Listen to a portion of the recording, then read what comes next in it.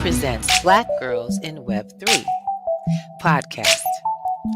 Hosted by Wanda SUERO, also known as Salty Coffee, Dazzle Daniels, also known as Dazzle D, and myself, Elruby Thomas, known as Miss Ruby, Crypto Queen of Harlem, y'all. Tune in weekly as we strive to educate and elevate our community's financial literacy.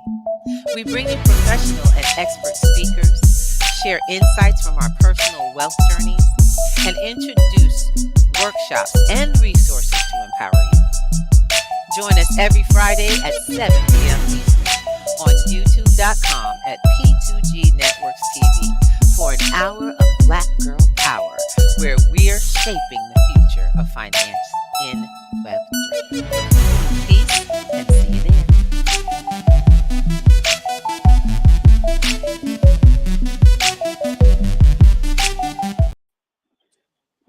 All right, Grand Rising, and welcome. Well, I should say welcome and good day. Happy Friday. Happy Friday, lovey. Who we got up in the house here today with Miss Ruby up in her? Salty Coffee. You see her doing a thing. Salty Coffee. All the way from the BX. Okay, so we are coming to you. Yeah, that's what I'm talking about. Let's go. Let's get in this room here. This is Black Girls Do Crypto's Friday, our fun day for Black Girls Do Crypto's Black Girls in Web 3. And today we got a hell of a show for y'all. It's called Homage to Papas with our amazing, amazing Bankers Club, also known as the host for Rap and Crypto. We got them in the house, y'all, LJ and Touch D. Let's get it popping, ladies. What we doing? What's going on? It's pouring rain right now. It's raining cats and dogs. All right, so today y'all catching me in the rain. I'm out here stuck in the car, no less. I can't step out, but you know what? It's a beautiful thing. It's the beginning of the water that we need, because New York has been kind of dry for a little bit, a little dry spell, and now we get in a flood of rain, which we're definitely going to be able to use during our dry summer. Come on now, somebody. Let's go. Today we are going to have a hell of a show because we got the two most amazing organizations in P2G, strength of education, application, work effort, all kinds of, info just blowing up the blockchain in our neighborhoods. I want to say hello to LJ in the house. Let's talk to him. How we doing? How we doing, ladies? Hi, LJ. Hi, LJ. Blessings. Thank y'all for having me. Thank you very much. That's what's up. And where you at? You on the road too? Yes, ma'am. I am on the road as well. It is not, the rain has. Oh no! I'm looking at these clouds and it looks like they're holding on for dear life right now. So, yeah, I'm out and about right now. Child, it seems like this is the sentiment of the day. Get it done while you're getting it done. We got Hush D in the house. Where you at, my bro? Coming in, bro? Uh-oh. Oh. I hope we didn't lose him. I was about to say his call might have dropped. You know, look, you already know how that is. I know. Believe me. So if he needs a second to come in, we get that. So we got Hutch D, we got LJ, we got your Black Girls in Web 3 making it happen. Don't get it twisted. This is gonna be a heck of a show. We got some questions for you, amazing guys. I'm sorry. Yes, good. Introduce yourself, baby. Hutch D, one half of Rap Crypto. What's up? Hey, everybody doing? It's your man, Hutch D. Blockchain. Coming to you live from Dayton, Ohio. I'm outside doing what we guys are here doing. I'm out here being a dad, watching my son out here and his cousin play on the trampoline. So. Oh, I love it. How'd it go? You put it up? Yes, I finally got it up. So. Sookie. I love it. He's out there playing with his cousins on it. Sookie. They got outdoor activities and no rain. Ain't it beautiful? So today, we want to know, brothers, can we ask y'all some questions? We here to pick your brain. Usually y'all interviewing. Go ahead. First of all, we want to say happy Father's Day weekend to yourselves, your fathers and the men in your life, you know what I'm saying, and the fathers that you are for the kids, the young people that you're raising. because ain't nobody got kids. We ain't got no animals up in our house. We got little people, little grown. So, got a question. Father's Day. First, I want to know. What's going down. This is the Father's Day weekend. What's about to happen? Y'all let us in on the juice.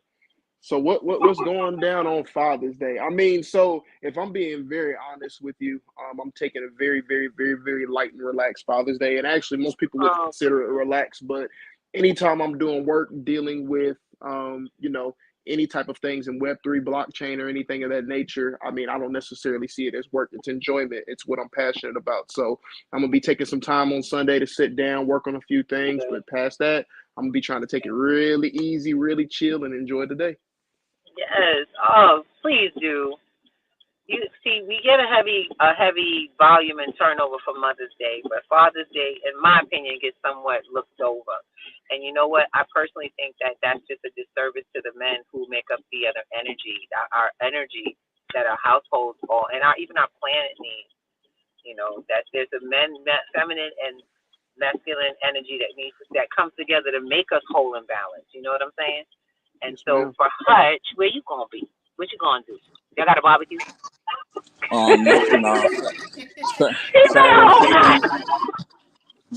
Saturday I'm still doing the follow thing. So Jackson has a baseball game, and then probably later that evening I gotta go to a baseball game with Jackson and his cousin. To semi-pro, the Dayton Dragons. But then also on Sunday I work 12 hours. So they'll see me on Father's Day at the workplace. Okay. Sorry about that. Unfortunately. To both of you. And one of the things that I've observed throughout my 54 years of living is that sometimes fathers don't really look at things the way women do. This is how they feel. This is what naturally they do. So they don't, they don't make some of them just don't want it to be a big deal. Sometimes they don't want it to be like observed, like, hey, this is everyday thing. And sometimes women do that too. But I'm gonna ask LJ first a question. We know that you have children, but we also know that you have other children who are not biologically yours that you take care of on a daily basis, weekly basis. How do you feel about where you at right now in mentoring these other children that you have adopted? And when I say that, I mean, like, you are a teacher, you are a person who instructs on blockchain and crypto. How do you feel about that? How do you feel right now about what you're doing in your career? That's this is why we wanted this show with you this weekend, because we know the things that you do and we want to acknowledge it. So how do you feel about that? Well, thank you very much, ladies. I again greatly appreciate you guys having me on the show. Just speaking to some of the things that I've gotten myself involved in. Of course, just speaking to my family history and background. Most of my family, I'd say a good 60% or so, is involved in the education field. So it just kind of runs through my blood. So me being able to work with the youth and do everything that I can in terms of my capacity in the work building, it allows me to do some of the things. So at the time when I didn't have children, it allowed me to feel my passion for, hey, I just want to help young people. And then when I had my own children, of course, a lot of teachers say, well, when I got my own kids, I'm not too worried about, what's going on at school. But I found a really even balance, because I learned that, and a lot of people, they'll say, well, you're going to treat your kids differently than you would treat the kids at school or the kids that you interact with. And the one thing a lot of my coworkers will see, and anybody who's interacted with me, they'll basically see I'm very, very consistent in the way that I deal with and handle the kids that I deal with in the school building as well as my own. Of course, there are some differences in different things of that nature, but I'm talking just in terms of my approach, the way that I handle things, the way that I approach having to, push down discipline in terms of, hey, you're not doing what you're supposed to, so here's the consequences. My energy, all of it pretty much comes off the same. And I try to keep that consistent, because what I've learned in my almost over 10 years of education experience, it's basically allowed me to see that a lot of these kids don't get certain things at home that they probably need that turn into life skills. So sometimes things like discernment, discipline, those things, and I use this word very carefully, but those things are sometimes developed through the um, the progression. I don't want to use chastisement, but I'll say the progression of what has to be done in terms of breaking the mold of some of those behaviors and some of those things that those children have to deal with. Because a lot of times, you'll hear the terminology, you're becoming a product of your environment. Well, a lot of those kids are in situations where they're getting a lot of different things that aren't positive examples for what they should be doing. So again, when I'm at work, I'm implementing different strategies and working with these children to become better individuals, not just so that they'll do what I need them to do in the classroom, but more so that they're able to take skills, use them, hone them, and be able to develop them so that they become productive citizens in society, and they're not in positions where they're looking at, and I don't want to jump to the worst, but of course, we're looking at jail time. We're looking at so many different things that people could get themselves involved in and get themselves in trouble with. So just specifically speaking to the education side of things, that's what that looks like right now. Now, when we start talking about blockchain and Web3, um, I'll highlight one of the things that I literally just got really, really actively involved in a few months ago. I was able to take over as the acting executive director for a Web3 and blockchain program that is basically getting revitalized and re-ramped up for enrollment, called the Stop Squad Web3 Academy.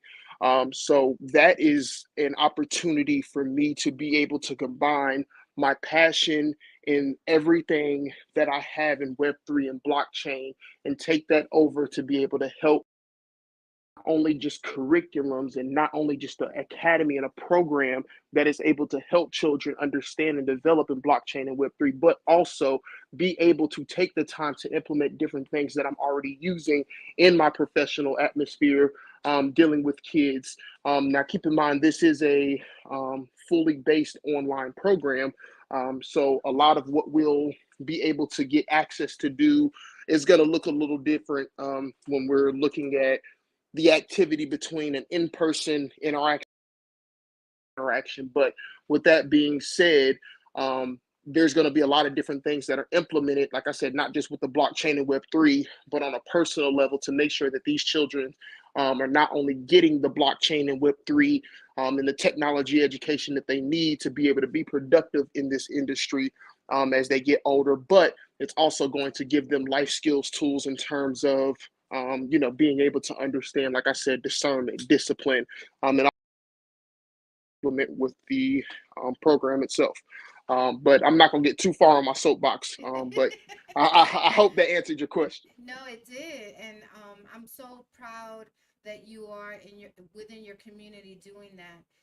And I just had one more question for LJ, No based worries. on your response. Um, how does that look like with kids now? Do you have to be certified for safety purposes so that children are not caught in some sort of, you know, uh, that there's a whole thing going on with children being kidnapped, killed through metaverse, through technology, through parents not being taught. Have you seen that to be a big problem in you implementing technology to these kids? So at this current time, no, it has. I have not run into the Okay. issue, but I am aware of the issue being a present thing in today's society. The one thing I want to highlight, to be honest, and this kind of helped me, because when my young ones are on technology, looking at YouTube and looking at different things, and I know we're talking about metaverse and different things that we interact with, but just looking at having access to internet devices, period. It's very dangerous. It's very scary. I mean, let's just be honest. Anything that has a camera on it, I mean, people can hack the camera and watch your child doing what they're doing. I mean, Right. if your child takes a bath with the iPad in front of them, and somebody hacks the camera, they're sitting there watching your child take a bath. So these are all of the different things that we actually can encounter, not just as kids, but as adults online. Adults. So there's so many different aspects and different things to tackle.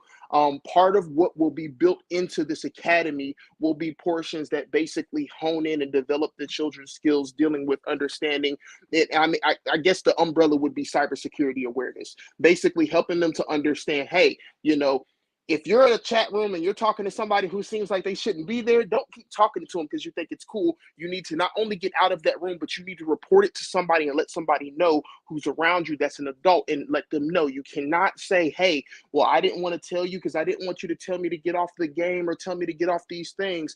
We have to educate and let children know that it's okay to communicate. And sometimes when we have to tell you that you can't do something, necessarily so much a punishment for you, it's for safety. But the problem is, a lot of times we fail to communicate with kids. We just want them to listen to what we have to say because we're bigger than them or because, you know, I'm older or I know better. We have to, just like we have to explain to our peers and other adults, sit down with children and explain, hey, and it may take 2 or 3 times. And I know some people don't have the, and that's the beautiful thing about me with education. I got a mountain top of paper.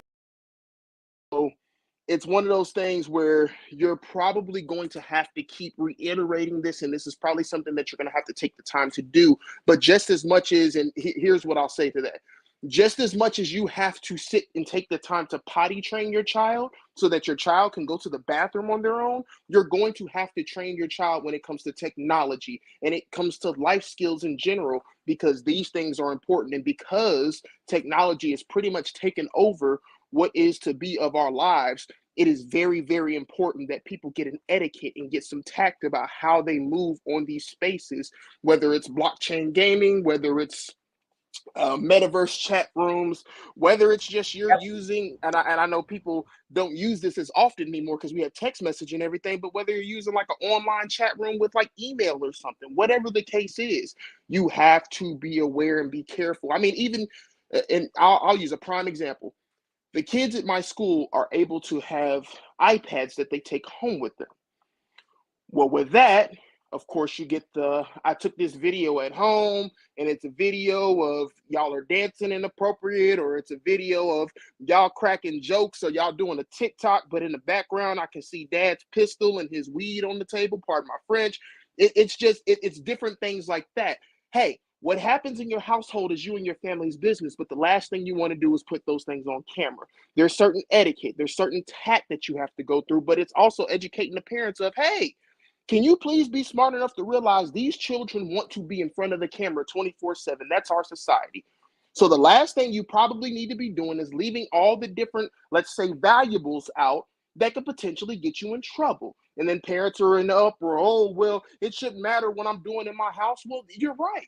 But again, we're in an age of technology where privacy is very, very far and few in between, especially when it comes to people wanting to put their life on social media and wanting to do different things with technology. So, with that being said, again, you have to be able to teach the etiquette, teach the tact, teach the different strategies to make sure that people are using things appropriately and they're aware of what potentially can happen if they're using it inappropriately. And, you know, sometimes it doesn't take somebody to use it inappropriately. Sometimes, you know, it's scary, but people can just hack your systems. That's the reality of technology, but that's why it's important to understand the cybersecurity awareness.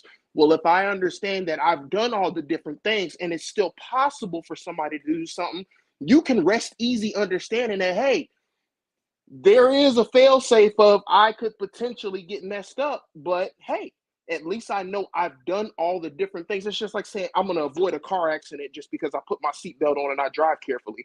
You can't account for other drivers. You can't account for all the different intangibles. An animal could be in the street. You could run into a deer, whatever the case may be. You can't account for any of that. All you can do is the best you can do safe. And that's where I'll end on that. Thank you so much. Yes, ma'am. Thank you.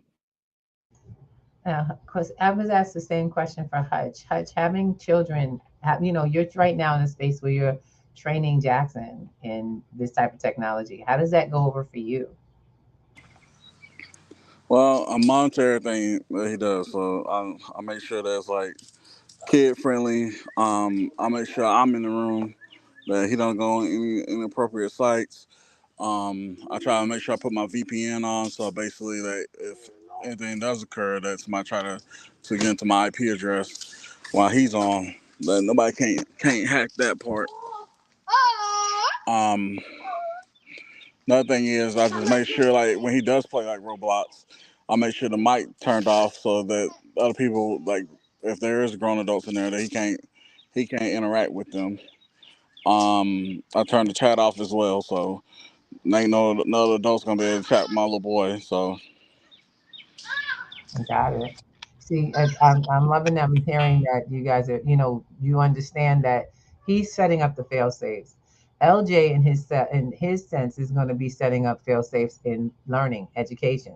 When you can protect your children. But I find it so important that kid parents will put their kids in anything, but if you try to get them into to learning to help them, it's almost impossible to get the parents to show up. And I realized that as a parent going to PTA with my kids, and heck, I ended up being PTA president because I wanted to know what was going on. I wanted to be able to have some power with that process, and come to find out, I really didn't. But but the fact is that I watched this. All of our children go to school, but very few of us show up for them. They showed up at parent teachers night when the report cards came in. When the end of the work or the results of the work was coming. And the sad part about it is it's too late when you wait and you don't learn how to prepare them to get to the next portion. And that's just Oh them man, oh man. see. So you send them there to learn, and then you want to come and sit in on the time when it comes to criticize the work. But Hmm. in the meantime, how to help them get through, we can't find you. How to 100%. stay involved in the school. So my concern is always with parents that don't show up. One of the, we have a crypto kids program that's about to kick off for the summer, and I'm really excited about that. But one of the caveats to that one happens to be that the parents, in order for their children to learn how to earn money playing video games, the parents have to sign up with them and learn how to use the blockchain and crypto technology, because the kids can't open accounts on their own. And these kids have the potential to make quite a bit of money over the summer playing. By the time we get to the end of the summer, we got the new session. Now, how many parents you think will sign up for that when it's time to get the money? When my baby could play, oh, and I got to Dang. manage the finances? Come on now. I think it's more important because Hutch mentioned something very important, which I encountered in the metaverse. I'm coming into an adult setting and it's full of kids. I feel uncomfortable as a grown Yep. up, like to be there, and I'm Exactly. sitting in a corner as an adult, 54 years old, with a whole bunch of kids, and I get out of there real quick. um, with that said, Hutch, how do you how do you teach, like, how how do you feel having to do this with your own kid and being in a room and not put yourself in a situation where you may be reported as a parent to be there to protect your son? How does that, have you ever encountered something like that? Because that's, I feel so uncomfortable when I'm in a room full of kids and I'm like, but this is an adult gaming thing, and I'm talking about Meta Horizon. Right, Yeah. right. Very open platform. And you got to be careful because I find myself, I'm now getting into my meta products, and learning how to work my hockey lists and friend lists, and now I got all the social media stuff in the virtual world, and I got to figure it out. And boy, I got to be careful. I'm being friended by folks that could get me in trouble. Yeah. Yep. You know what I'm saying? We used to worry about the grown men trying to find dating on Facebook. Now got children trying to get in adult conversations. And I'm like, oh, no, baby. I Oh, don't know. Did Hutch hear me? yeah, I heard Okay. you. For for me, it's basically like I, even though I'm in the room, I let Jackson interact, but I don't let him interact with people really and truly. Most of the time when we're in there, like I'm letting him see how to play the game and how to build. I really don't just like I said, I don't interact with most people, and for I just basically ignore their messages because at the end of the day, I'm not trying to interact with no kid. I ain't trying to catch no case. Okay. Okay. I know you. So I know this question was for Hutch, but it's actually interesting. So kind of it's a it's a double-sided coin. So I guess I'm gonna speak to being on both sides of this. So being a kid, so I brought this up on Wednesday during Rapping Crypto about a program called IMVU.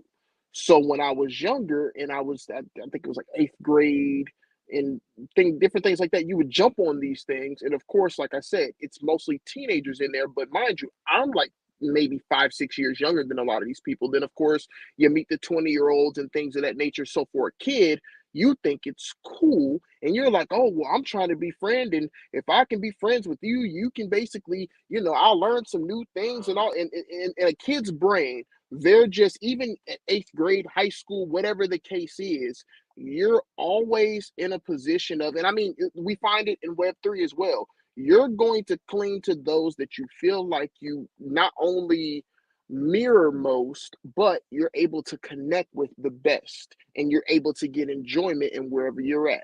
So, from a kid's perspective, I don't necessarily agree with it. I don't allow my kids to do it, but I understand why kids do it because, again, going back to what you might not be getting at home, you might be on an online program looking for friends and looking for family because you don't have none. And your parent or whoever your guardian is just gives you a smart device that says, go sit in the corner and don't bother me. This may be your outlet. So, understanding that, of course, we have to be careful. So, like speaking to the spatial platform, if you have a child that jumps in there, of course, I'm not gonna, try and befriend, but what might happen is I'm not completely opposed to having a discussion because again, we're in a different type of platform. We have to be careful. But when you're in the rap and crypto room, for instance, most of the time we're under recording anyway. So I'm not concerned about any of that. But if let's just say a young child gets in there and they're having conversation with us, it's going to be tailored to what do you know about blockchain gaming? What do you know about crypto? So there's a fail-safe there for those adults who are in the business realm of being able to have that interaction. But the reason why I said, oh, this is interesting is because I remember the days of being on, and I mean, the people talk about it all the time, the gaming platforms, Call of Duty. When I was a kid, I know we were talking about IMVU, but just Call of Duty itself, I remember being in lobbies and there's grown men and kids going back and forth in the middle of an argument over the game. And so I've seen the different blends of a 40-year-old man arguing with a 10-year-old because the 10-year-old just kicked his behind in the video game and the 40-year-old's cussing the kid out and the kid's cussing him out back. And he's like, where's your mom at? He's like, forget my mom. You need to be worried about yours. You're still living in your mama's basement. Like it's the stuff like that. But again, those in most, again, as a kid, that stuff's fun. And so those are memories. Me and my friends sitting in lobbies laughing at the stuff being said. But again, we have a blurred line because as an adult, I don't do online gaming anymore half the time because I mean, if I don't have my mic or headset on, oh, okay, that's fine, whatever. If I'm playing a kid online and I don't know about it, that's cool. But if I have my mic or my headset on, I'm going to be trying to play with groups of individuals who are my age and who I know. Because the last thing I want to do again is get into a situation where you're in a lobby or you're on a headset having a conversation with a kid.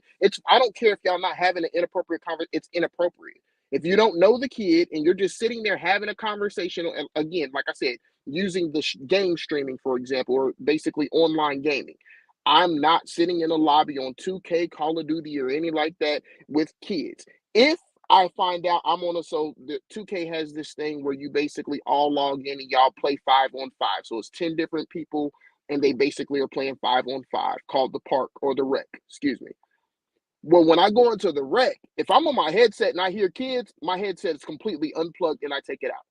I don't want to talk to y'all. We're just here to play this game. I'm going to do whatever. We're going to play. And once we're out of this lobby, I'm probably going to exit off of this team because I don't want to be on a headset with kids. So ideally, again, it goes back to the etiquette thing. But again, it is a very weird, blurred line because when we start talking about online predators and things, those things overshadow the, like I said, the conversations of it's just competition. So no, it's inappropriate for a 40-year-old man and a 10-year-old to be going back and forth and cussing each other out. But at the same time, for the realm of, we're talking Call of Duty or 2K with the friendly competition, there was no, outside of like the cursing, there was no inappropriate interaction there. It was all based off of competition. So it's kind of like, okay, well, I can see where that would be appropriate. But again, that could easily be flipped, like I said, because guess what? We're talking about cursing. We're talking about, oh, well, as the my mom would say, you was playing the dozens with a kid. What you talking about a kid for? Why you playing the dozens with a kid? Again, and again, it's all about morals and understanding. So the biggest thing is being able, like HD, and I've seen HD do this in person. So I've seen his son play Roblox, and that's a lot of times I didn't like kids being on online gaming where they could interact at all. HD's the reason why I allow it, and I've actually gotten into it the way I do because I literally watched him with Jackson, and I was like, "Boy, you let him on Roblox?" And he said, "Yep." He's like, "I bet that mic off." And he said, "Sometimes I'll let him talk, like if I hear a kid like around his age, but most of the time I don't do that because you know adults be faking like they kids too." I said, "You right about that." And so Jackson will be over there, and like I thought he was talking, but he'll be talking out loud to the game. He'll hear people in the background talking, but his mic's muted, so he's basically talking to himself.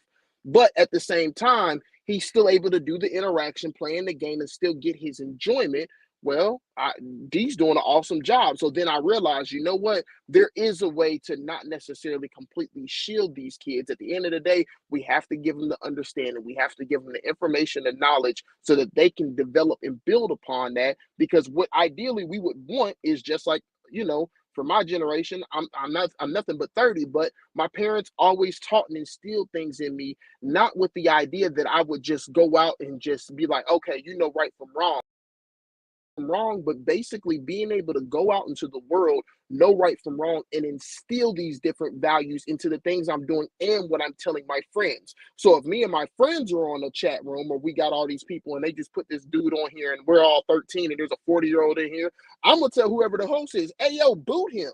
Why is he in here? We all underage. What he gonna talk to us about? Girls? Why is a 40-year-old man talking to me about 13-year-old girls? Like, there's nothing that we can. You're not gonna put me on. That's a conversation for my dad, and my uncle. If you want to tell me about, oh well, here's how you talk to girls. That's a my dad, and my uncle conversation. Anything past that's inappropriate. You don't know me from a can of paint, sir.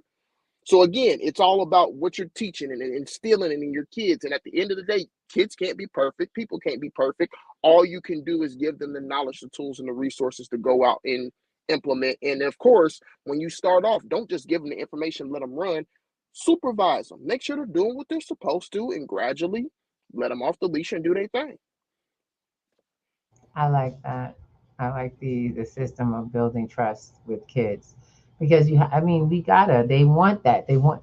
Unfortunately, children want everything now. You know, they want everything yesterday, and they think they deserve it. You can trust me. You know me. Like actually, my kids thought it was so funny. My daughters thought when they was teenagers, Ma, you could trust me. I was like, no, I can't.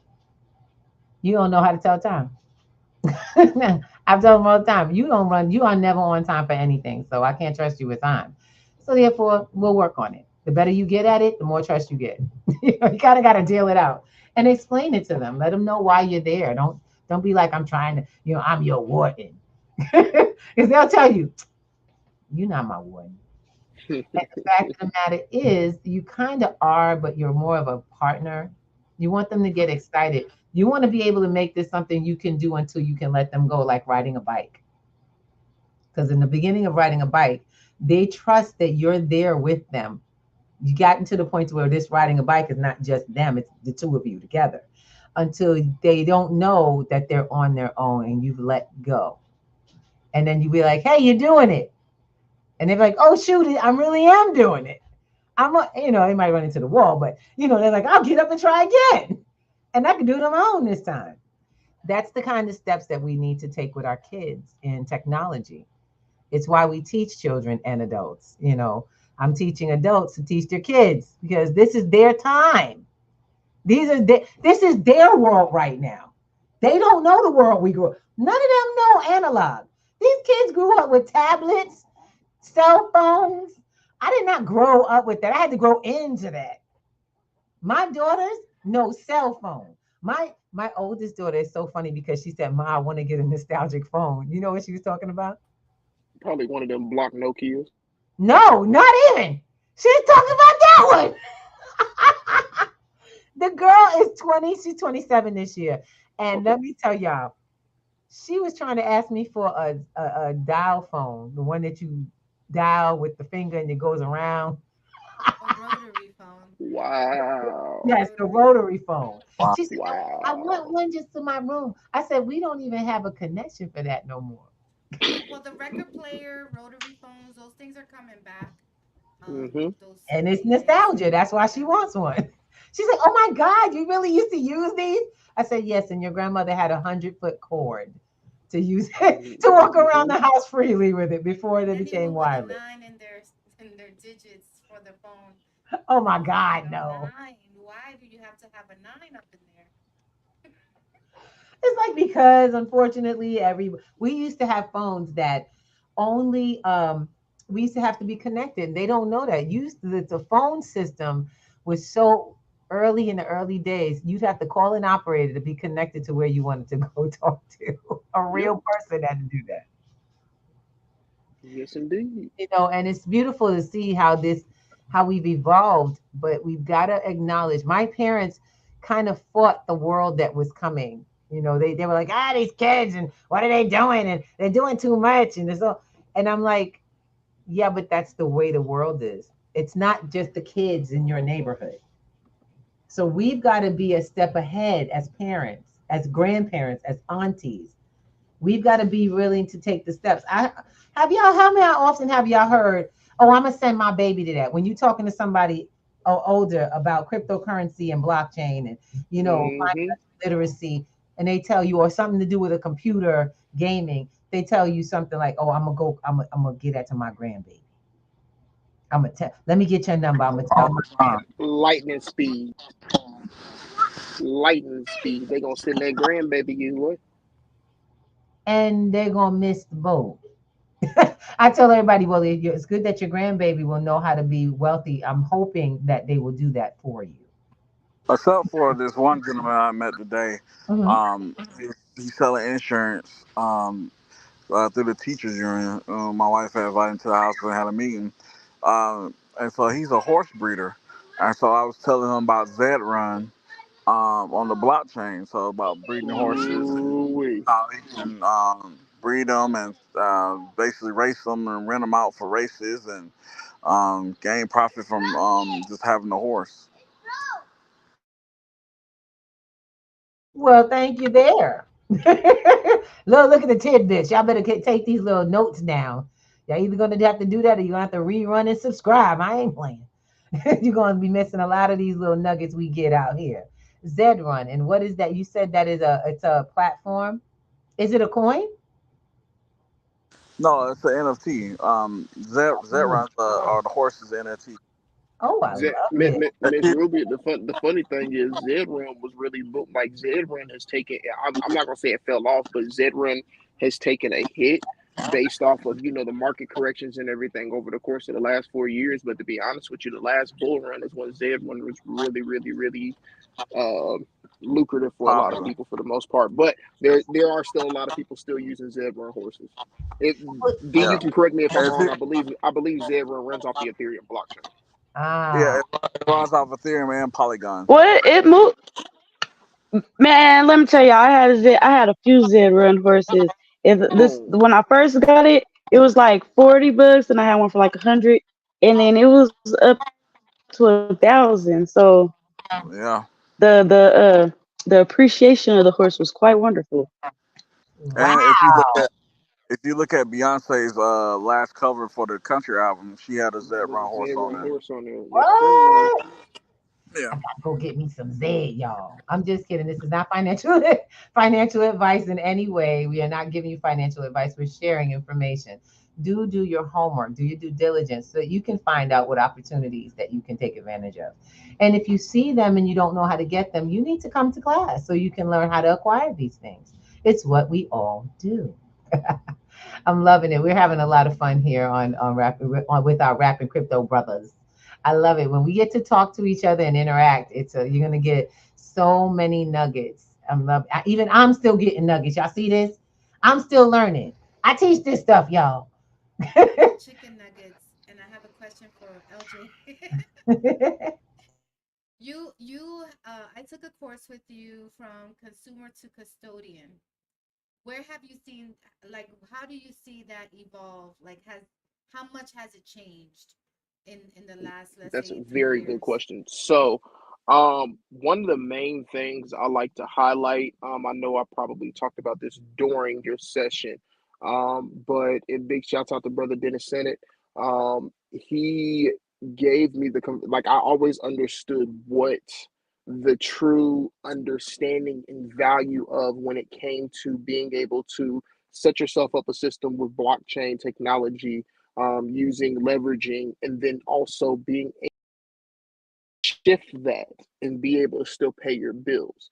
Well, I understood some of the back end things, but in terms of the actual tangible resources that were there in order to basically use to pay your bills and it actually convert straight through, well, hey, he was able to put me onto a system that actually worked really well. So that was one of the biggest things is actually being able to see basically paying your bills with cryptocurrency. And then, of course, just taking the time to realize and understand um, when we're in a position to go from the consumer's mindset to the custodian's mindset. Custodian meaning we're operable in terms of the control of the finances, not necessarily saying the ownership of, but basically the controlling of the finances. It's one of those situations where you start to see the advancements of what was already in place as far as like different infrastructures for blockchain being integrated into the shipping industry, into the trucking industry, into so many different things.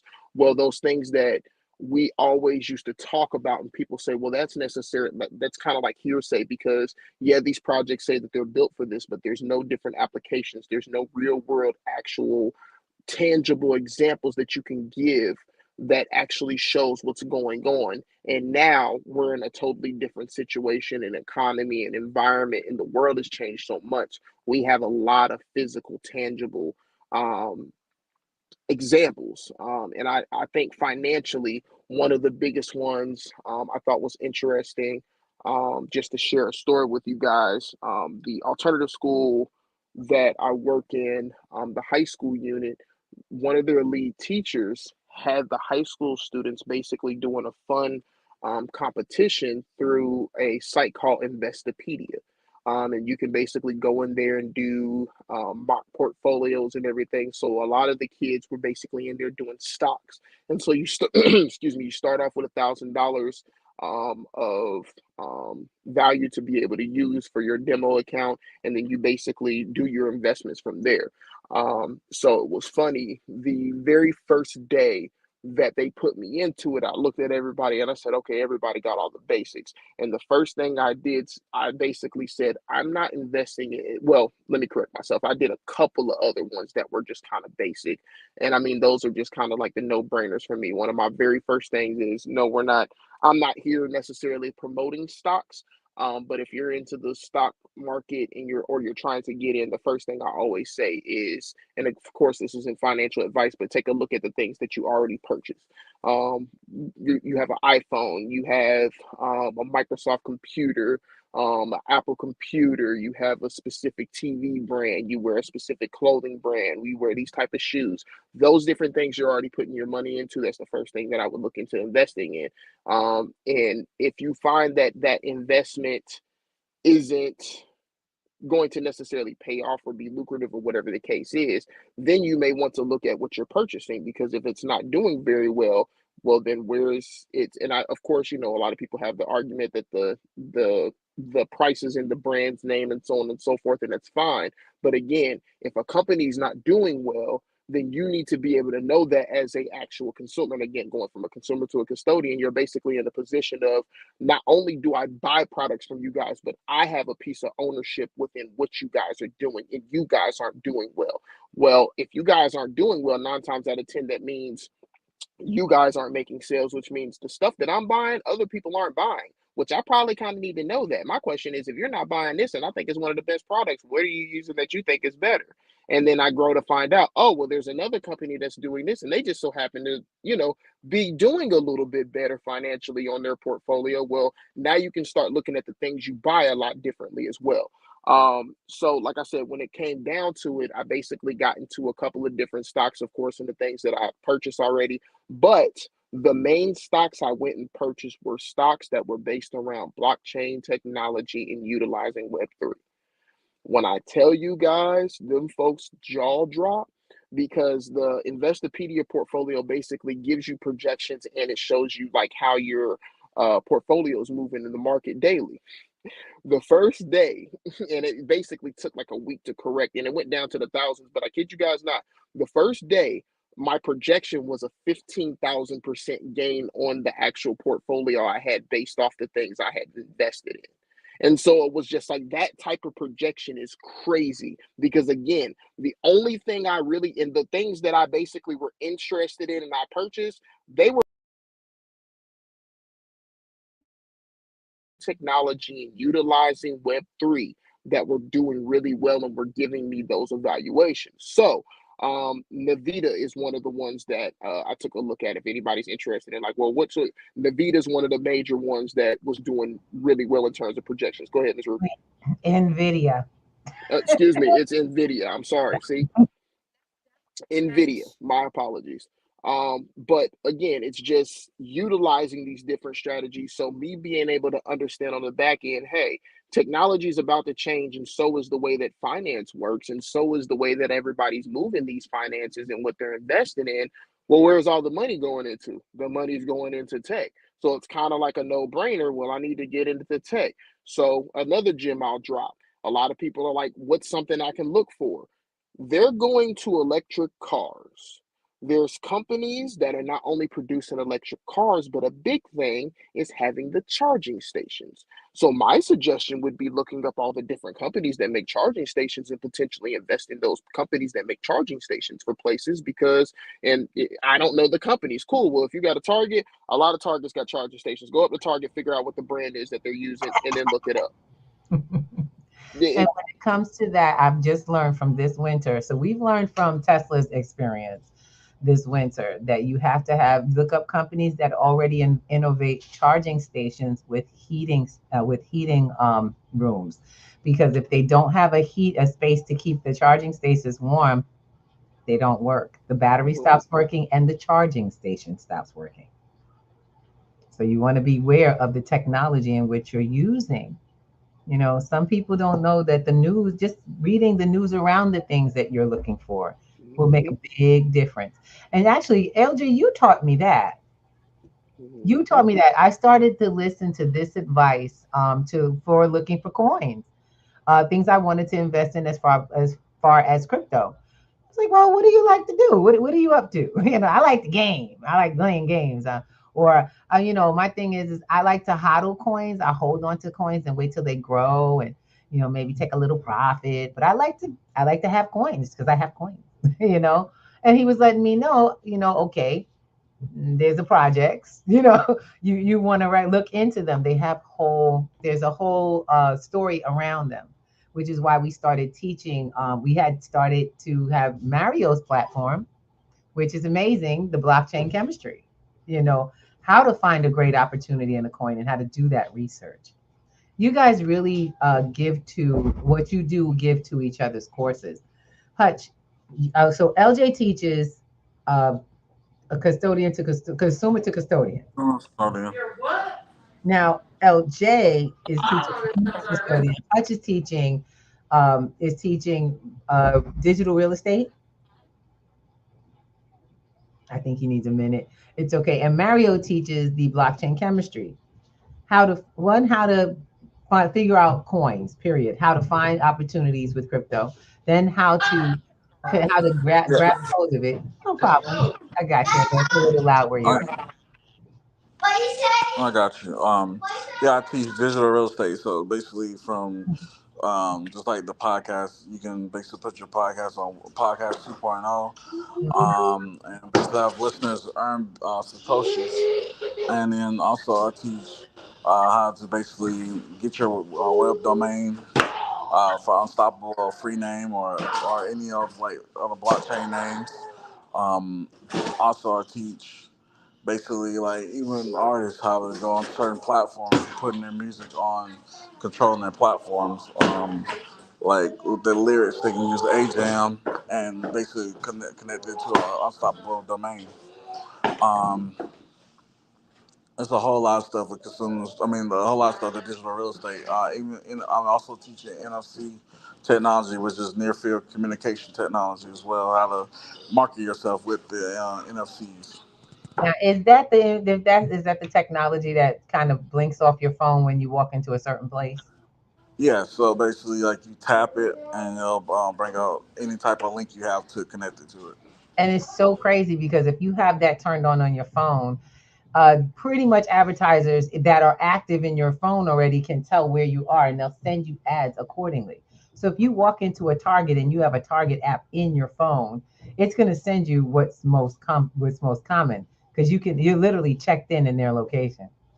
Crazy, right, y'all? Yeah, or you can put it on certain clothing. So like, I people like can put that. Yeah, you can put a tag on a certain piece of clothing, and then basically, once you tag it with your phone, you get exclusive content.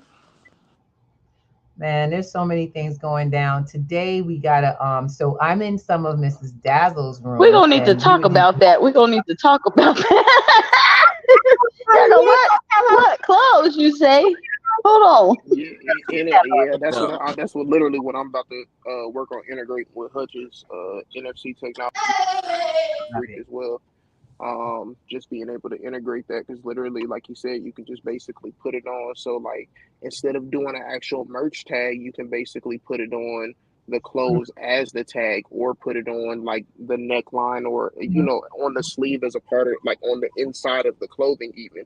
And so when somebody walks up in like, so let's just say you're advertising your business, for instance, you literally have your business logo across your chest, and when people ask you about it, instead of you having to walk around saying, "Oh, well, I got business cards," Yeah, you you literally just have a tell business them, "Hey, card, tap right? my sleeve." And when they basically put their phone up to their sleeve, your whole entire business page will come up or whatever you program it. Some people are using we've had different ideas and concepts for if you're looking to do marketing, like you said, you can either put it on your clothes or let's just say you have a place like a convenience store that a lot of people go access to, and you know somebody that works there, or you're really good with those people, you can place that NFC tag. It's basically, like I said, it's like a little circular tag, or you can get them however you basically want to, but you can yeah, basically just have your or you phone get get like a tapped. you can get something even thin as like this thin, and Mm. so you can put inside of people's clothing, or you can put it like on like a clothing tag, like say like a price tag. You can have an NFC inside there. I've seen now with the NFC they have it as you can put it as a fingernail.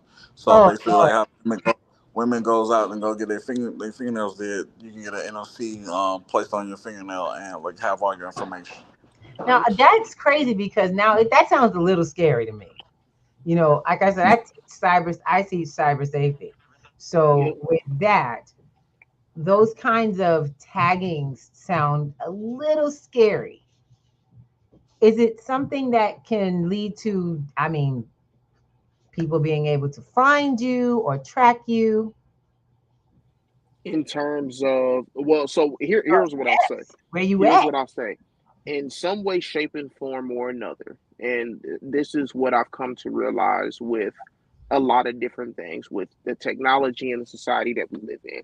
VPNs aside, everything aside, if somebody wants to find you, if they have the right type of technologies, accesses, and resources, they're going to find you. Point blank, Mhm. period. It doesn't matter how you want to hide. If you're on your own private island, that's fine. But unless you have basically you live underground to where they can't scan you or fake facial recognize you from a plane Right. going over the island that you're laying on the beach enjoying yourself. Like there's so many different things that it's just one of those situations where Miss Ruby, I agree with you. When he first talked to me about the NFC technology, it was a little scary, but at the same time, I realized I mean, like you said, they're already technically doing it without having to tag my phone as it is. Right. A lot of people, so I have an iPhone. A lot of people don't know how to go turn those location settings off in terms of basically Mhm. being able to have them track you.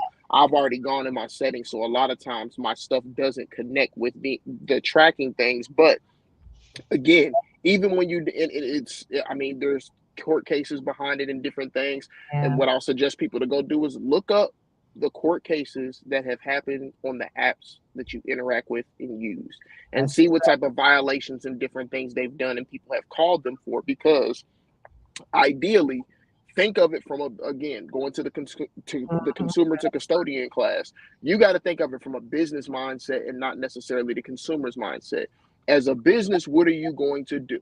Your job is to figure out what the problem is, create a patch or create a fix for it, and pivot, not shut down and completely dismantle. So ideally, if somebody has something that they're not doing appropriately in terms of accessing people's information and things, and they've been called on it before, Mhm. I would grow to think that they're probably going to do it a smarter way and get you to agree. And again, that's why we always tell people, look at your user terms of agreement before you click that check Yep. box and just, oh yeah, I just want to sign up for the app. Read those, Yep. You because know what you you got to look at what you're agreeing to and what you're signing up for. So, That's right. just going back to it, I mean, Before you these NFC technologies, be careful about, and what I'll say is people just need to be careful about what they're tapping their phone to. And I that's hate to say it, you need to turn, you don't need to walk around with your AirDrop automatically on. I hate to say it, yes, it's a pain in the butt. Yes, it's a lot easier and more convenient, but that's the no. biggest, that honestly, Ms. Ruby, you can agree with me on this possibly. The Mm. biggest cybersecurity tip I can give somebody is realizing and understanding that just because it's convenient don't mean it's good for you. There you go. Convenience is the So quickest way you're I'm gonna talking get. If about, it bro. if it looks too good to be true, 9 times out of 10 it is too good to be true. You And have to be able to understand how to avoid the pitfalls, because you got to know what you got to look for. that's the truth, honey. That is the truth. And I tell people, don't go taking, please don't go scanning everybody's QR code. Yep. That they're breaking into people's stuff voluntarily, and you are scanning things randomly in the street and hitting the button to go to the website and getting hit up. Your computer and phones are getting hit up. And then with on that note, we've got to come to a segment that we really wanted to have. I have the winners video, and this is so special. We had one person enter the homage to Papa's. And you know what? Like I said, you got to be in it to win it. And if we only got one winner, then that's what we got, y'all. Want to say thank you to you guys, to my brothers over here, Black and Crypto, for coming and hanging out with the Black girls in Web3 and being all free and open with us about your stuff, your family things, Of and how course, you of do course. it, how you make it happen for other people while building it for your family. We thank you so much for being those kind of dudes. That's what I'm saying. Now, would you like to hear an homage to a papa, a special homage to someone's special father? I really, really love this young lady. She has been so active on all of our platforms. She has actually won several other things. Oh, my bad. That's my crazy background. Here we are. Miss Shonda aka Lulu, is the winner of the Black Girls in Web3 homage to Papa. And our top prize literally was $500 of prizes and $100 in cryptocurrency. And that would have been open to anybody who entered, but too many people didn't bother to answer any of the links. And so when we put up these things, we really do mean them. You can't get to it later. Winners don't procrastinate. They just do it, get it out the way, and keep it moving. And they never know. She's there. Hi, Yeah. Shonda Lulu. Hey, Miss Congratulations. Shonda. Yes, you won again, girl. Yes, you won again. And she's not, she'll let you know she's been having a good time winning these amazing prizes worth great finances. Let's get it popping. And we thank you for entering our contest. Hello, I would like to pay a tribute to my father, Louis Stevens. He was a great father. He loved taking care of me and my mother. He was also an entrepreneur as a mechanic. He did great work. I wish that I had him now to help me with that stuff. Um, yeah, he was great. We always had potlucks, cookouts, and everything. We had a good time. We were always with his family, and I miss him so much. And yeah.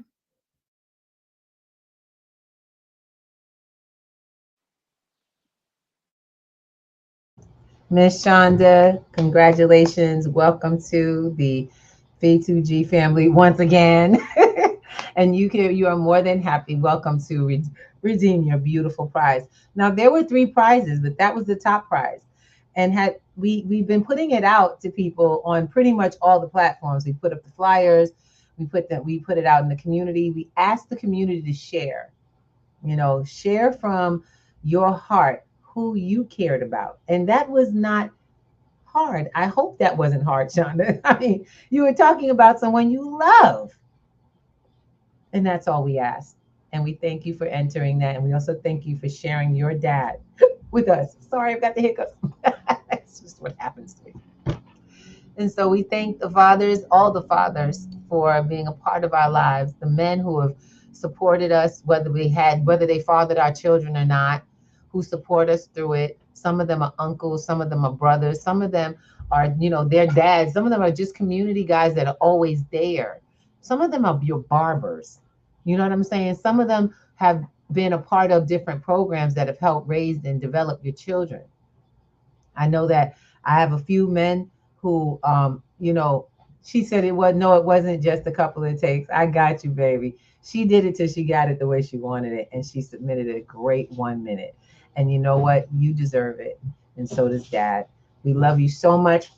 We're so happy. We're going to be sending you. I think I taught you how to open a wallet already. If not, you'll have one by this week, and you will get the crypto because we weren't joking when we said they would win $100 worth of cryptocurrency and over $500 worth of other prizes that we put together for them. So you got to be in it to win it, baby. And it didn't take a whole lot for the numbers to win 3 prizes. Let's get it popping. Maybe next time on the next one, y'all stay tuned for the activities on this platform because we got so much more to come.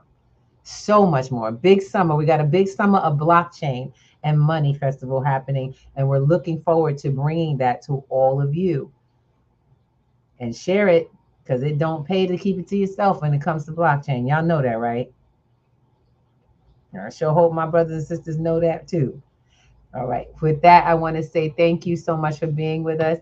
I'm so looking forward to doing amazing live stuff during this summer. Who's up to it, guys? Y'all up to doing some live stuff this summer? Already Let's know. get it. Look, I'm also looking forward to traveling. The Thomases got to get out. We got that itch right now. We ready to go. I need to find somewhere to go. So I've been invited to Ohio, Pennsylvania. I've been invited to Texas. I'm ready to go. I don't know about y'all, but it's time.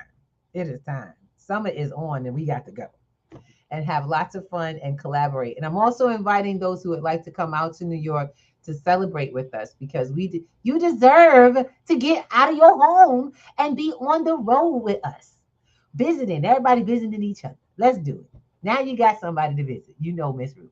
Miss Salty Coffee.